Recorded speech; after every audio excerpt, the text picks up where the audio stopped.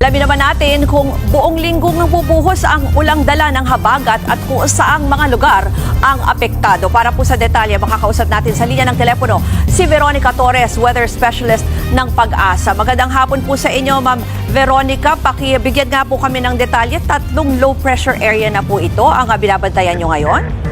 Opo, magandang hapon din po sa inyo, Madam, at sa ating mga taga-subaybay. Ngayong araw, tama po kayo, may mga low pressure area tayong minomonitor sa loob ng ating Philippine Area of Responsibility.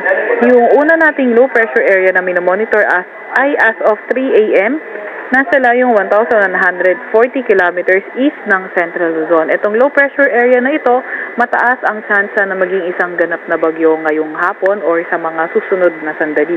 Isa namang low pressure area, huling namatan sa layong 370 kilometers east ng Calayan, Cagayan. Itong low pressure area naman na ito ay katamtaman ng tsansa na maging isang ganap na bagyo. Meron pa tayo isa pang low pressure area sa labas ng ating Philippine Area of Responsibility at ito ay may katamtamang tsansa or medium chance na maging isang bagyo pero mababa naman ang tsansa na pumasok ng ating Philippine Area of Responsibility. Yung mga low pressure area sa loob ng ating PAR ay mababa naman ang tsansa ng landfalling scenario pero posibleng mag-merge at maging isang system na lamang. Para naman sa weather advisory, naglalabas po tayo ng weather advisory kung saan nakikita natin na more than 200 millimeters na pag-ulan ngayong araw hanggang bukas ng tanghali. Yan ay sa may lugar ng Zambales, Bataan, Metro Manila, Cavite, Batangas at Occidental Mindoro.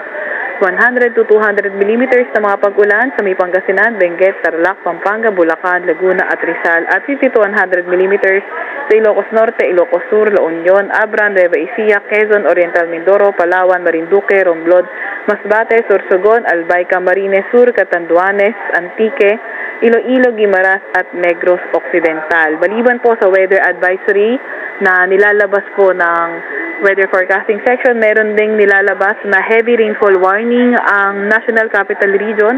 PRSD ito ay updated kanina alas 2 ng hapon kung saan naka-orange warning na tayo sa Zambales, Bataan at Pampanga. Yellow warning naman sa Tarlac, Bulacan, Metro Manila, Cavite, Rizal, Batangas at Laguna. Light to moderate with occasional rains yung hinaasahan naman natin sa Nueva Ecija at Quezon.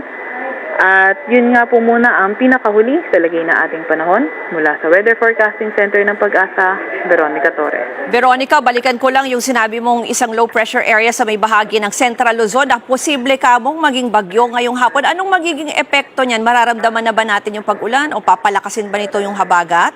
Opo, tama po kayo. Ang nakikita natin ay posible nga nitong palakasin pa yung nararamdaman nating habagat. Kaya sa mga susunod na araw at tomorrow or pati na rin sa may Thursday, posible magpatuloy pa rin yung mga malalakas na mga pag-ulan. Maraming salamat kay Veronica Torres, weather specialist ng Pag-asa.